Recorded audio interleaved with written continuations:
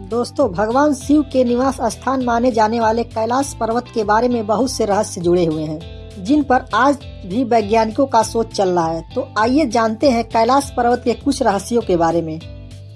दोस्तों, पौराणिक कथाओं के अनुसार भगवान शंकर को एक योगी और तपस्वी के रूप में बताया गया है, जिनका निवास स्थान कैलाश पर्वत माना जाता है। हिंदू धर्म में इस स्थान को सबसे पवित्र स्थान माना जाता है और यह हिंदुओं का प्रमुख तीर्थ स्थानों में से एक भी है। कैलाश पर्वत भारत के उत्तरी पड़ोसी देश तिब्बत की पर्वतीय श्रृंखला है।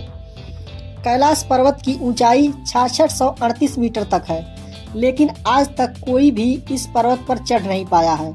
वहीं माउंट एवरेस्ट की ऊंचाई कैलाश पर्वत से लगभग 2000 मीटर बड़ी है, जिसे दुनिया की सबसे ऊंची चोटी भी कहा जाता है। उस पर आज तक लगभग 7000 से अधिक लोग सफलतापूर्वक चढ़ाई कर चुके हैं। लेकिन एवरेस्ट से छोटे कैलाश पर्वत पर आज तक कोई चढ़ नहीं पाया है। यह अपने आप में एक रहस्य है।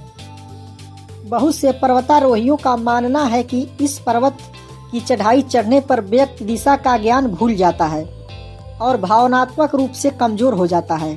और कई यात्रियों का मानना है कि इस पर्वत पर अलौकिक शक्तियों का वास है, जिस कारण से कोई इस पर चढ़ नहीं पाता है।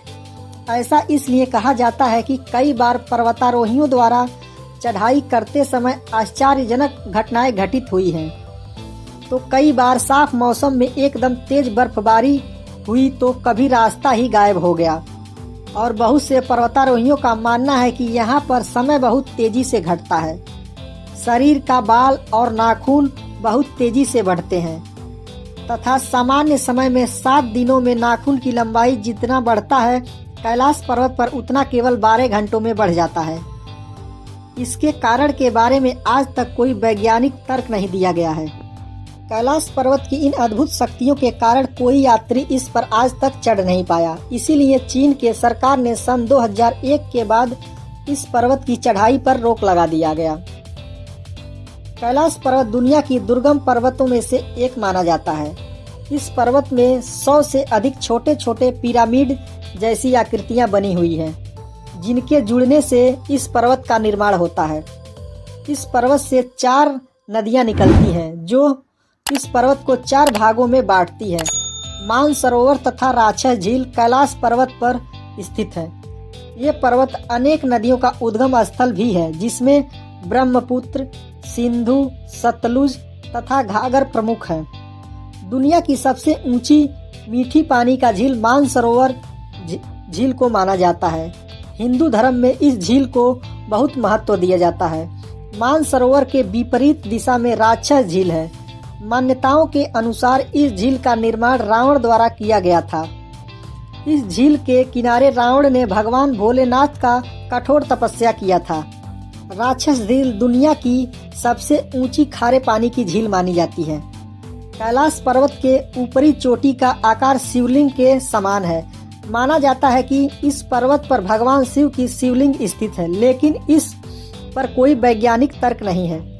एक मान्यता यह भी है कि कैलाश पर्वत के भीतर से डमरू तथा ओम की आवाज सुनाई देती है, लेकिन वैज्ञानिकों का मानना है कि यह आवाज बर्फ के पिघलने और फिसलने से उत्पन्न होती है। एक दावा यह भी किया गया है कि कई बार कैलाश पर्वत पर 7 तरह की लाइटें आसमान से चमकती हुई देखी गई हैं, लेकिन वैज्ञानिकों का मानना है कि हो सकता है कि ऐसा यहाँ के चुंबकीय बल के कारण होता हो, क्योंकि यहाँ का चुंबकीय बल आसमान से मिलकर कई बार इस तरह की चीजों का निर्माण कर सकता है। कैलाश पर्वत को धरती का केंद्र माना जाता है।